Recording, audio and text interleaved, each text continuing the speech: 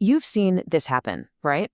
A supply chain just suddenly snaps. A financial market goes into a complete spiral, or a project that seemed like a sure thing just falls apart. We see the collapse, but the why always seems to be hidden. Well, today we're going to pull back the curtain because there are hidden patterns at play here. And I promise, once you see them, you're going to see them everywhere. So when things go wrong, our first instinct almost automatically is to ask, whose fault is this? We look for someone to blame. And look, it's a satisfying story, but it's almost always a false lead. It distracts us from what's really going on. Because the real question, the one that actually gets us answers, is this: what loop is in control? The truth is, the biggest drivers of success or failure aren't usually bad actors or brilliant leaders. They're the invisible feedback loops that we're all operating inside of. These loops are the real clues that decide whether a system bends under pressure or if it breaks. To really get a handle on this, we need to understand the engines that power these systems. And it turns out, there are really only two fundamental types of feedback, two basic ways a system can respond when it gets pushed. So, when a system is under pressure, it fundamentally does one of two things. It either amplifies that pressure, making things more extreme, or it corrects for it, pushing back to find some kind of balance. Amplification versus correction. That's it. This is the core dynamic we're going to be exploring. First up, we have reinforcing feedback. And the best way to think about this is that awful high-pitched squeal you get when a microphone gets too close to a speaker. A tiny little sound gets picked up, it's amplified, it comes out of the speaker, and then the mic picks up that louder sound, and the loop just keeps going, louder and louder, until it's just this painful howl. The system is literally amplifying its own output, accelerating out of control. Now, the complete opposite of that is balancing feedback. The classic example here is the thermostat in your house. When the room gets too hot, the system doesn't crank the heat up even more, right? No, it shuts the heat off. And if it gets too cold, it kicks the heat on. The system is always working to counteract any change and pull things back to that stable, set temperature. It pushes back. Okay, so what happens when one of those reinforcing loops, that microphone squeal, is left to run completely unchecked? Well, you get a very predictable pattern of escalation and eventually collapse. We can actually map this out with a little framework called half.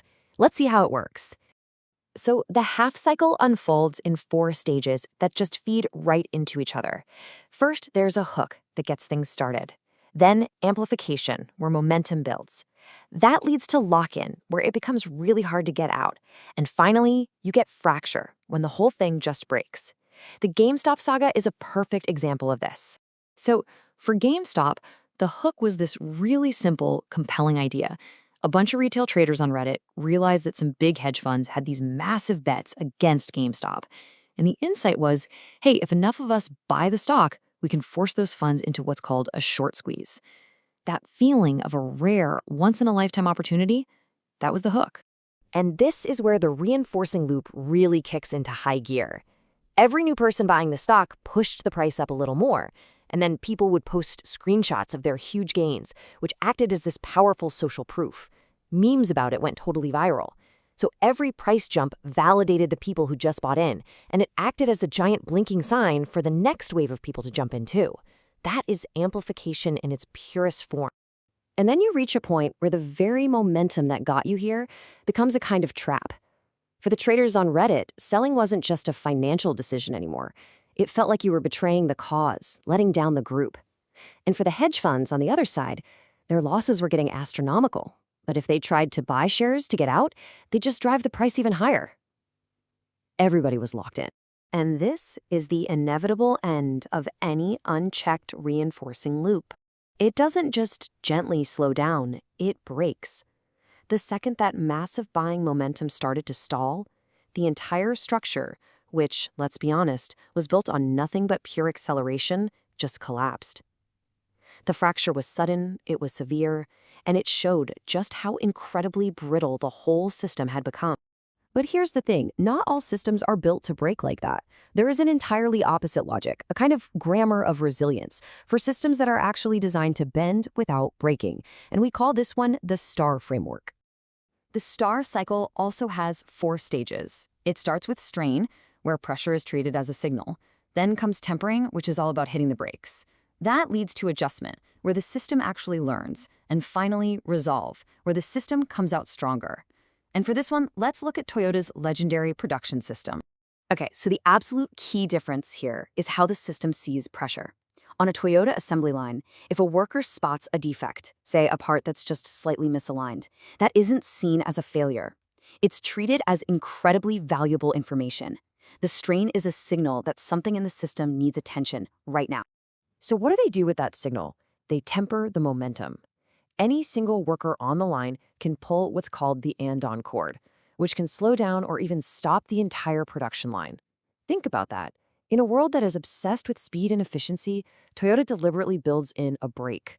This pause stops a tiny problem from becoming a huge one down the line. And that pause, that's where the real magic happens. That's the space for adjustment. Instead of just quickly fixing the one bad part and moving on, the team uses that downtime to find the root cause.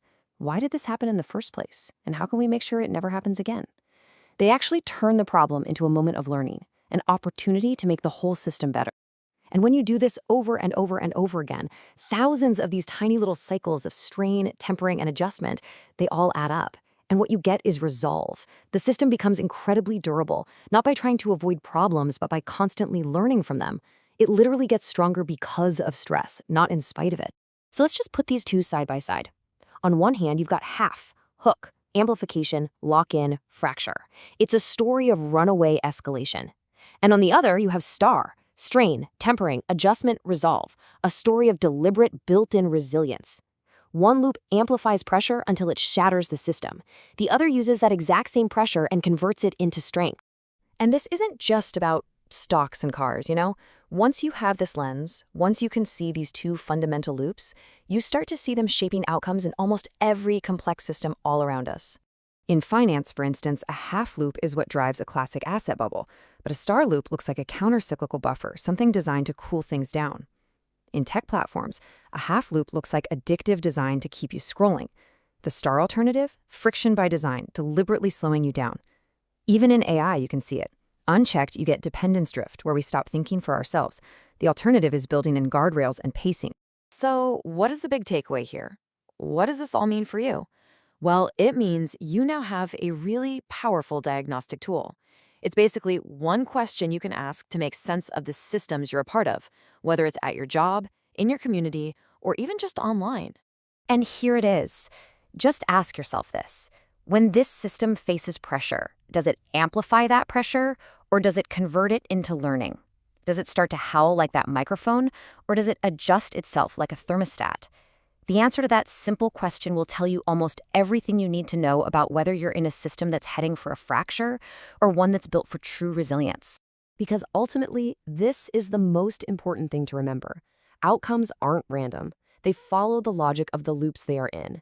And if we really want to change those outcomes, if we want to build more resilient companies, better technologies, stronger societies, we can't just point fingers and blame people. We have to learn to see and then learn to change the loops themselves.